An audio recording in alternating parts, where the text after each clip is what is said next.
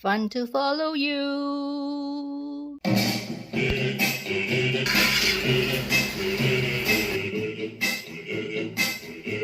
Today I will be making apple pie, and seems that this recipe is favorite of Barrack Obama, the ex-president of USA. Out of curiosity, I will make it and see how good it is. Before we start, I hope you will click on the subscription button and click on the notification bell to get notified whenever I post new videos to my channel.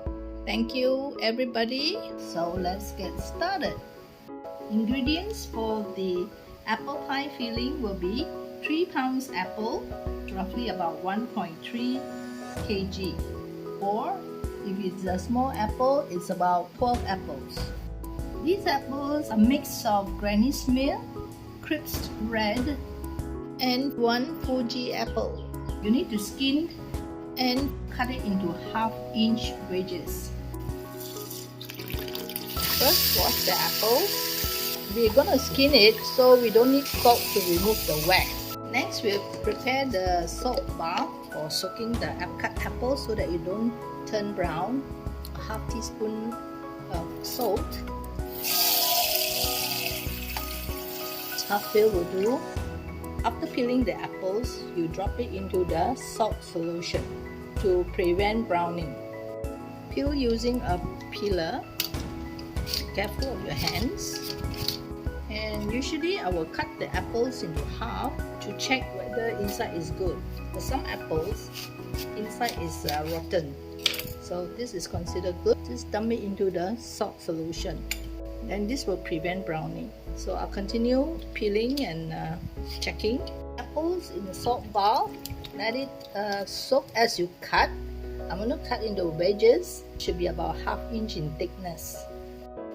Half an apple, cored and skinned.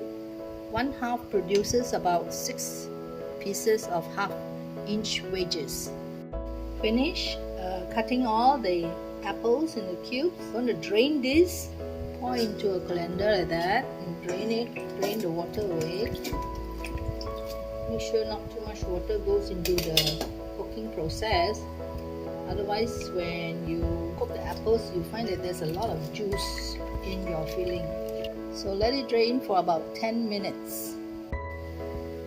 After draining the apples for about 10 to 15 minutes, add it into the pan that you want to cook in. To the apples, I'm gonna add in ½ cup of coarse sugar. I have about 1/3 cup of homemade jam. This jam is made from mangoes and kasturi lime and a little bit of apples.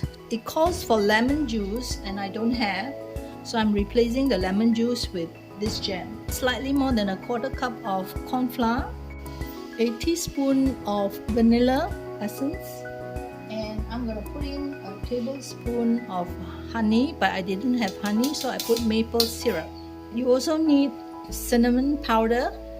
Should be a 1/4 teaspoon, and if you like cinnamon, you can put slightly more. And I'm going to put nutmeg because I like the smell of it. So this is going to be about 1/8 teaspoon. As I don't have lemon zest, I'm putting slightly more cinnamon powder. Use a wooden spoon to stir the ingredients, mix it well, and let it rest in the pan for about 20 minutes before you switch on your stove to cook. So we'll come back in 20 minutes. 20 minutes ready. Before you turn on the heat, just give it a stir again. By the way, I added 2 more heapful of corn flour because it was pretty runny just now. So turn on the heat. So I set the timer to 10 minutes. I put about 12 because it's upon 10 minutes upon gravy starts to bubble.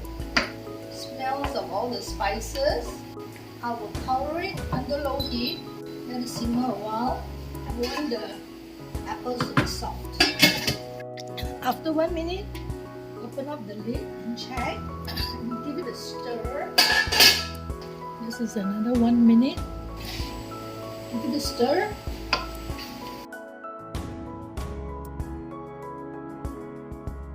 Actually, the water is helping it to deglaze and at the same time soften the apples.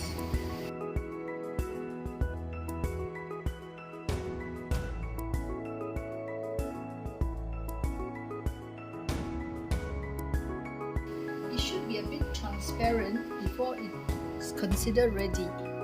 As I did not put any lemon, so I'm going to add some cranberries for the sourness. Half a cup. I'm going to mix it in.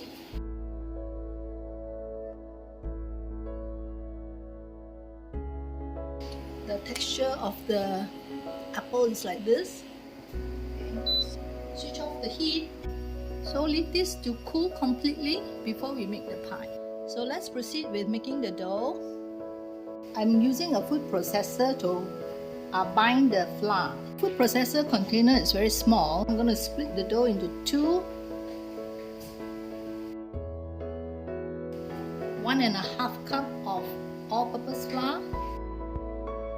Add in a 1/4 teaspoon of salt. The pulsing will help to mix the salt and flour. 125 grams of butter cubed. And make sure it's cold. Butter mustn't be soft. And I'm also adding half a tablespoon of lard. Slowly drop in the butter. Close the lid and then pulse it first. Open this hole here and then drop it through this hole. And then close the lid and pulse it. Just a close up. You notice some of the butter is still not finely mixed. It doesn't matter. We want chunks like this. So these are ice cold water. Different flour brand has different water absorption rate. We use 3.5 tablespoons of water. Slowly open. Let the flour settle first before you open, because it will just push up some of the flour if you open immediately after you stop pulsing. Once it forms, you can stop. Okay, that's it. So I removed this dough. It should be in this clumpy looking form. What we are trying to achieve here is a different size of butter so that you get a crispy pastry. Pour it into a bowl and form it with your hand. Just form it, do not knead. Using a bowl like this, pour your dough into this bowl. Try to work fast so that the butter won't melt. Use a clean dry hand and then form the dough. Don't knead. You don't need to knead. Just gather the flour. Just gather like this. And then just press it down into a round disc. Flatten it. And just wrap it. There you have it. One disc. These 2 discs of dough is inside the fridge. And it's going to be here for about an hour. So we'll come back in an hour's time and we will assemble the pie. It's already in the fridge for 1 hour. So I'm going to remove one and assemble the pie. So lay a mat over the table, as you need to sprinkle just a handful of flour. This is a 9-inch pan. When you roll slightly bigger, let the dough protrude slightly above this dish. So press down. Down again. Turn it over.